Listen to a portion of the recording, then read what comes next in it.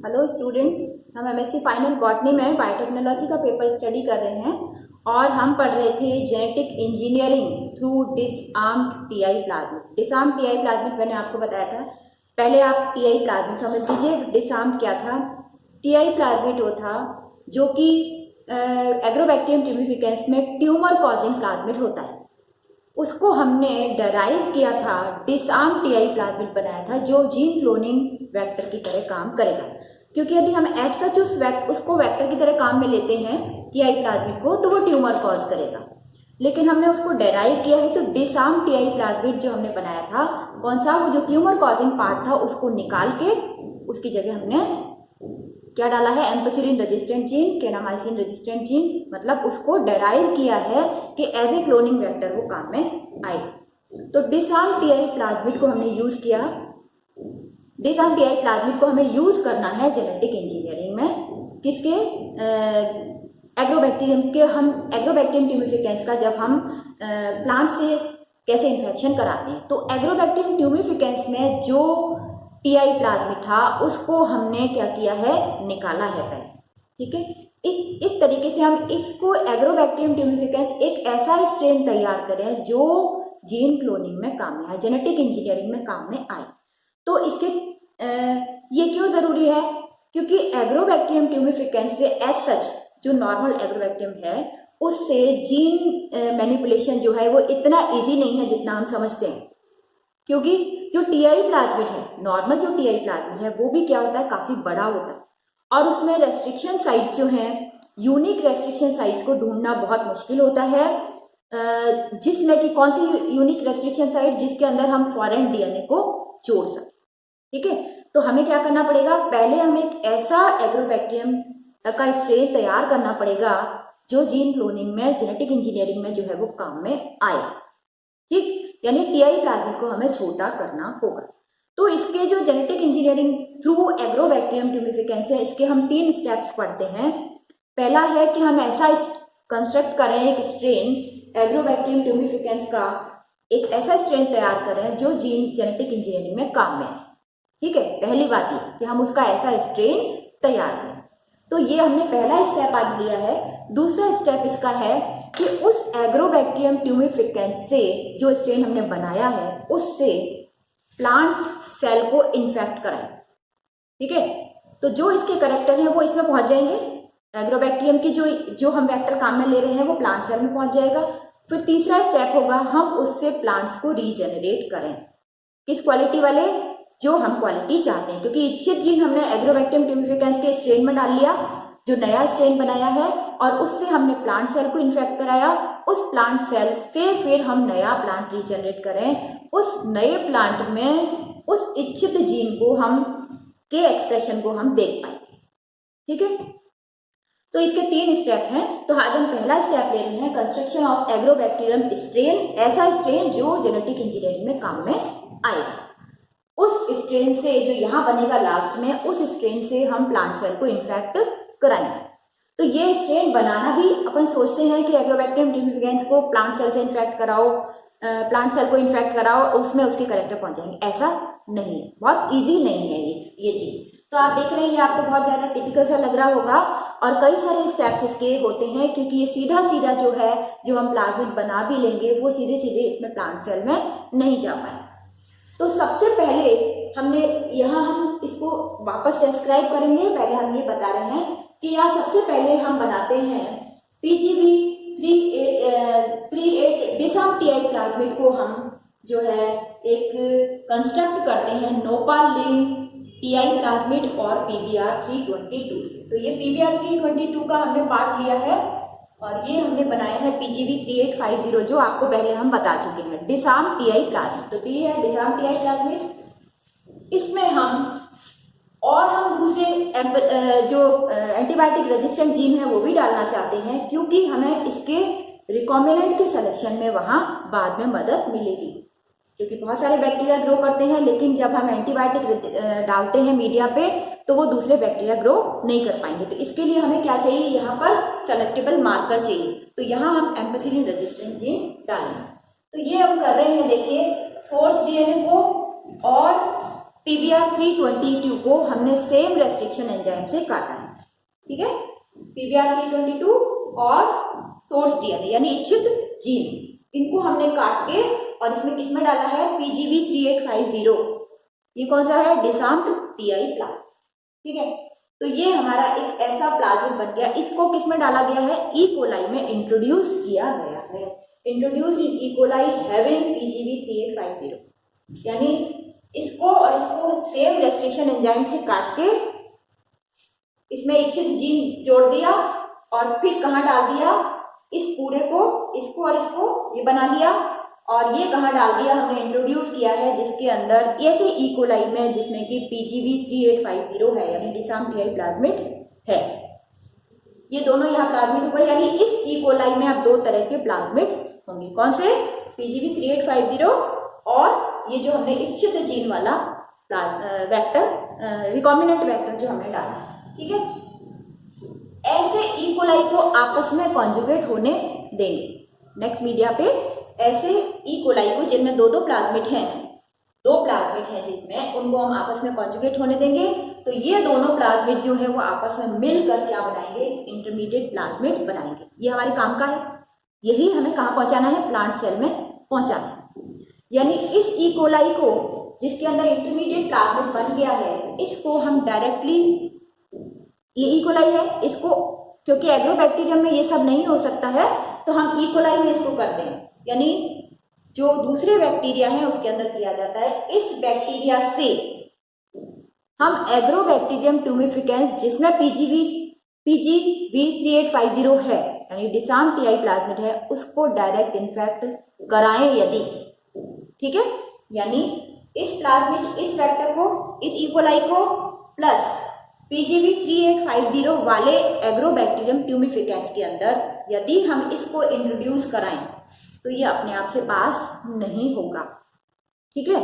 क्यों नहीं होगा, ऐसा प्लाज्मिड जिसमें इंटरमीडिएट प्लाज्मिड बन चुका है, ऐसा ई कोलाई जिसमें इंटरमीडिएट प्लाज्मिड बन चुका है, इसको यदि हम एग्रोबैक्टीरियम ट्यूमिफिकेंस से जिसमें ट्यूमर कॉजिंग जीन नहीं है उससे कॉन्जुगेट कराते हैं तो ये जो है प्लाज्मिड उसमें अपने आप से पास नहीं होता है। क्यों नहीं होता है, इसके लिए ये इंटरमीडिएट जो वेक्टर है इसमें जो है वीर जीन नहीं है और ये पास नहीं हो पाएगा उसके अंदर, एग्रोबैक्टीरियम ट्यूमिफिकेंस के अंदर।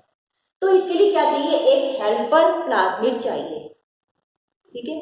तो अब ये एक ऐसा ई कोलाई लें जिसके अंदर हेल्पर प्लाज्मिड यूज किया लिया गया हो और फिर इंटरमीडिएट वेक्टर वाले ई कोलाई को इस हेल्पर प्लाज्मिड वाले ई कोलाई से कॉन्जुगेट कराया जाए।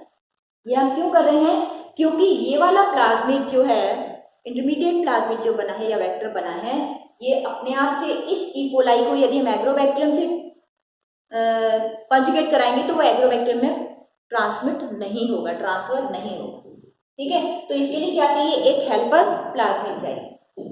इन दोनों को ऐसे E coli having helper plasmid और E coli having intermediate plasmid या इंटरमीडिएट वेक्टर को दोनों को कॉन्जुगेट कराते हैं तो इनमें एक ऐसा ई कोलाई की स्ट्रेन बनेगी जिसमें ये दोनों प्लाज्मिड हो गए, हेल्पर प्लाज्मिड और इंटरमीडिएट प्लाज्मिड, ठीक है। तो ये दो प्लाज्मिड वाला जिसमें इंटरमीडिएट प्लाज्मिड है, अब इंटरमीडिएट प्लाज्मिड क्या करेगा, इस समय इस ई कोलाई में, इस ई कोलाई को यदि हम एग्रोबैक्टीरियम से कॉन्जुगेट कराते हैं तो हेल्पर प्लाज्मिड इसको उस एग्रोबैक्टीरियम ट्यूमिफिकेंस के अंदर पास कर देगा, ठीक है। ये अपने आप नहीं जा सकता तो इसके लिए हेल्पर प्लाज्मिड की जरूरत होती है। अब हम क्या करें, इन दो प्लाज्मिड वाले ई कोलाई को, क्योंकि हमें ये पहुंचाना कहाँ है, इंटरमीडिएट प्लाज्मिड को, इंटरमीडिएट वेक्टर को एग्रोबैक्टीरियम के अंदर, वो स्ट्रेन जिससे हम प्लांट सेल को इन्फेक्ट करा सकें। तो अब हम इन दोनों वाले प्लाज्मिड ई कोलाई को ऐसे एग्रोबैक्टीरियम जिसमें PGV 3850 है, ट्यूमर कॉजिंग जीन नहीं है, ट्यूमर कॉजिंग जीन होगा तो हमारा कोई फायदा नहीं होगा। तो यहाँ भी हमने दूसरा एक एग्रोबैक्टीरियम ऐसा लिया है जिसके अंदर PGV 3850 है और इससे इसको कॉन्जुगेट कराते हैं, इससे ई कोलाई और agrobacterium ट्यूमिफिकेंस, E. coli having intermediate plasmid and helper plasmid, and इधर क्या है, एग्रोबैक्टीरियम ट्यूमिफिकेंस हैविंग PGV 3850। तो ये हेल्पर प्लाज्मिड जो है वो इसको इसमें पास कर देता है। तो अब ऐसा एग्रोबैक्टीरियम का स्ट्रेन बन गया है जिसमें हेल्पर प्लाज्मिड भी है, PGB3850 भी है और ये इंटरमीडिएट प्लाज्मिड भी है या इंटरमीडिएट वेक्टर भी है। हमें क्या चाहिए? ये, ठीक है। और ये किसका है? एग्रोबैक्टीरियम का ओरिजिनल है। ये हेल्पर प्लाज्मिड है। अब इस हेल्पर प्लाज्मिड की तो जरूरत है नहीं। अब इनका आपस में ऐसे एग्रोबैक्टीरियम ट्यूबिफिकेंस जिनमें तीनों तरह के प्लाज्मिड या तीनों तरह के वेक्टर आ गए हैं, इनका आपस में होमोलोगस रिकॉम्बिनेशन कराया जाए तो ये क्या बनेंगे? ऐसी बहुत सारी जो इसकी जनरेशन या ये कहो कि बहुत सारे इसकी संतति बन जाएगी जिनमें ये रिकॉम्बिनेंट वेक्टर होगा। क्या क्या होगा? इच्छित जीन होगा। हमें क्या चाहिए? इच्छित जीन। हम यही चाहते थे, हमने पहले भी आपको समझाया था कि जो डिसाम टीआई प्लाज्मिड हम बनाते हैं वो क्यों बनाते हैं, डराइव करते हैं उस प्लाज्मिड को, क्योंकि हमें उसमें से ट्यूमर कॉजिंग जीन को डिलीट करना है, उस जगह पर इच्छित जीन को जोड़ना है। तो ये स्ट्रेन में हम सीधे सीधे नहीं कर सकते हैं, हमें इसके लिए ऐसा स्ट्रेन तैयार करना होता है। फिर से समझा रही हूँ इसको।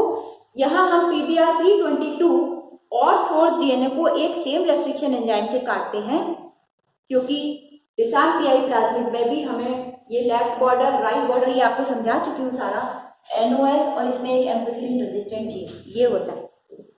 इस ऐसे एग्रोबैक्टीरियम ट्यूबिफिकेंस के जो PGB3850 जिसके अंदर है उसको हम इन दोनों से जोड़ते हैं। देखिए, डिजायर डीएनए जो हमें इच्छित जीन जोड़ना है, किसमें जोड़ेंगे हम? PBr322 में। तो ये PBr322 का पार्ट है और यहाँ हमने क्योंकि सेम रेस्ट्रिक्शन एंजाइम से काटा है तो इसके कोहेसिव एंड्स बन जाएंगे और ये आराम से डीएनए लाइगेज द्वारा जुड़ जाएगा। यहाँ डीएनए लाइगेज द्वारा ये जुड़ गया, ठीक है। जुड़ गया तो अब ये क्या बन गया? रिकॉम्बिनेंट पार्ट बन गया। इस रिकॉम्बिनेंट पार्ट को हम कहाँ इंट्रोड्यूस कराएं? ऐसे ई कोलाई में इंट्रोड्यूस कराएं जिसमें PGB3850 है, ये वाला, ठीक है। तो ये दोनों प्लाज्मिड यहाँ पर आ गए, PGB3850 और इच्छित जीन वाला वेक्टर PBr322 प्लस इच्छित जीन। ऐसे ई कोलाई को आपस में कॉन्जुगेट होने से ऐसे ई कोलाई के स्ट्रेन बनते हैं जिसमें इंटरमीडिएट वेक्टर 4 बन जाता है, जिसमें इन दोनों की क्वालिटी आ गई, यानी इच्छित जीन की भी क्वालिटी आ गई और एम्फिसिलिन रेजिस्टेंट जीन भी हो गया, केनामाइसिन रेजिस्टेंट जीन भी हो गया, क्योंकि ये हमारे सेलेक्टेबल मार्कर। तो ये हो गया ई कोलाई हैविंग इंटरमीडिएट वेक्टर 4। इसको हमें क्या करना है? ऐसे ई कोलाई को उस एग्रोबैक्टीरियम में डालना है जिसमें PGB3850 है, ट्यूमर कॉजिंग जीन नहीं है 3850, लेकिन ये सीधा सीधा जाता ही नहीं है इसके अंदर। तो क्या करेंगे? ऐसा ई कोलाई जिसमें हेल्पर प्लाज्मिड हो, हेल्पर प्लाज्मिड जो इसको एग्रोबैक्टीरियम में पास कर सके। तो ई coli having helper plasmid plus क्या लिया हमने? कॉन्जुगेट कराया ऐसा ये वाला जिसके अंदर इंटरमीडिएट वेक्टर है, इनको आपस में कॉन्जुगेट कराया तो ये स्ट्रेन बना जिसमें ऐसा ई कोलाई बना जिसके अंदर हेल्पर प्लाज्मिड होगा और इंटरमीडिएट प्लाज्मिड होगा। हमें केवल इससे काम है, हेल्पर प्लाज्मिड जो है इसको सिर्फ पास करने के लिए था यहाँ। अब ऐसे ई कोलाई को हम एग्रोबैक्टीरियम ट्यूबिफिकेंस से कॉन्जुगेट कराते हैं, क्योंकि अल्टीमेटली हमें इससे काम है। एग्रोबैक्टीरियम ई कोलाई जो है वो इन्फेक्ट नहीं करेगा प्लांट सेल को, कौन इन्फेक्ट करेगा? एग्रोबैक्टीरियम। तो उसमें भी ट्यूमर कॉजिंग जीन नहीं होना चाहिए, इसके अंदर भी ये कैसा होना चाहिए? PGB3850 होना चाहिए। तो अब हम इससे कॉन्जुगेट कराते हैं तो इसमें ऐसा स्ट्रेन बनता है जिसमें ये तीनों प्लाज्मिड आ गए, इंटरमीडिएट प्लाज्मिड, इसका खुद का प्लाज्मिड और हेल्पर प्लाज्मिड, ठीक है। इनको आपस में होमोलोगस रिकॉम्बिनेशन होने से आपस में कॉन्जुगेट होते रहते हैं तो ये ऐसा स्ट्रेन तैयार हो जाता है जिसके अंदर हमारा रिकॉम्बिनेंट वेक्टर तैयार हो गया, जिसके अंदर क्या है? इच्छित जीन है, केनामाइसिन एम्फिसिलिन रेजिस्टेंट जीन है जो हमें सेलेक्टेबल मार्कर की तरह काम करेगा, और क्या है? डिजायर्ड जीन है, और हम ट्यूमर कॉजिंग जीन नहीं है।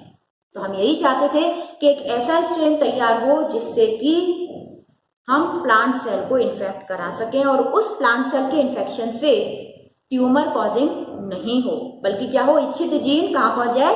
प्लांट सेल के अंदर पहुंच जाए। तो ये इस तरीके से पहला स्टेप हमने कवर किया और इसको हमने ऐसे लिया है फ्लो चार्ट के थ्रू, इसी को समझाया है कि recombinant Ti plasmid constructed from नोवालेंट Ti plasmid pBR 322, recombinant pBR 322 foreign DNA को जोड़ा है, इसको कहाँ जोड़ दिया, इंट्रोड्यूस, ये स्टेप ये वाला है, introduce in E coli having PGV 3850, then इनके हमने क्या किया, होमोलोगस रिकॉम्बिनेशन कराया, तो इंटरमीडिएट प्लाज्मिड बन गया, देखिए इंटरमीडिएट प्लाज्मिड बन गया यहाँ, देन इनके आपस में कॉन्जुगेट कराया, तो ये एग्रोबैक्टीरियम ट्यूबिफिकेंस से कॉन्जुगेट कराते हैं तो ये जाता नहीं है सीधे सीधे, तो इसके लिए हेल्पर प्लाज्मिड की जरूरत हुई, तो ऐसा इकोलाई जिसमें हेल्पर प्लाज्मिड है उससे कॉन्जुगेट कराते हैं, इन दोनों के कॉन्जुगेशन से क्या बनता है, एग्रोबैक्टीरियम ट्यूबिफिकेंस ऐसा बनता है जिसके अंदर इंटरमीडिएट प्लाज्मिड और क्या बनता है, हेल्पर प्लाज्मिड होता है। और फिर हम जब इनके आपस में रिकॉम्बिनेशन, होमोलोगस रिकॉम्बिनेशन करने देते हैं, कॉन्जुगेशन करने देते हैं, तो ऐसा एग्रोबैक्टीरियम तैयार हो जाता है जिसमें पीजीवी 3850 है, एम्पिसिलिन रेजिस्टेंट जीन है, केनामाइसिन रेजिस्टेंट जीन है और ट्यूमर कॉजिंग जीन नहीं है, और सबसे इंपॉर्टेंट बात इसके अंदर हमारा इच्छित जीन है जो हम प्लांट सेल के अंदर डालना चाहते हैं। तो इच्छित जीन हमने कहाँ जोड़ा था, पीबीआर 322 में पहले ही जोड़ दिया था, उसको हमने वेक्टर की तरह काम मिल लिया और अल्टीमेटली हमने कहाँ पहुंचा दिया इसको, एग्रोबैक्टीरियम ट्यूबिफिकेंस के उस स्ट्रेन में जिससे हम प्लांट सेल को इन्फेक्ट कराना चाहते हैं। तो ये हमारा पहला स्टेप था जिसको आज हमने कवर किया है, कौन सा, कंस्ट्रक्शन ऑफ एग्रोबैक्टीरियम स्ट्रेन। दूसरा हमारा स्टेप जो है वो नेक्स्ट टाइम हम पढ़ेंगे, वो होगा ऐसे एग्रोबैक्टीरियम के स्ट्रेन से जिसमें ये वाला वेक्टर आ गया है, उससे हम प्लांट सेल को को-कल्टीवेट करें। अब प्लांट सेल को करें या प्रोटोप्लास्ट को करें, ये हम सारा जो बायोटेक्नोलॉजी में पढ़ते हैं जितना भी, ये हम टिश्यू कल्चर के अंदर पढ़ते हैं। तो टिश्यू कल्चर वाले माध्यम से हम उस मीडियम पर प्लांट सेल रखें, प्लांट सेल भी रखें और उस पे एग्रोबैक्टीरियम का ऐसा स्ट्रेन भी रखें, तो हम उनको आपस में को-कल्टीवेट करा पाएंगे। और को-कल्टीवेट करने से क्या होगा, वो एग्रोबैक्टीरियम का जो पर्टिकुलर स्ट्रेन है जिसके अंदर हमारा इच्छित जीन आ गया है, उससे प्लांट सेल को इन्फेक्ट करा पाए। तो ये हम नेक्स्ट टर्न पे आपको पढ़ाएंगे। Thank you.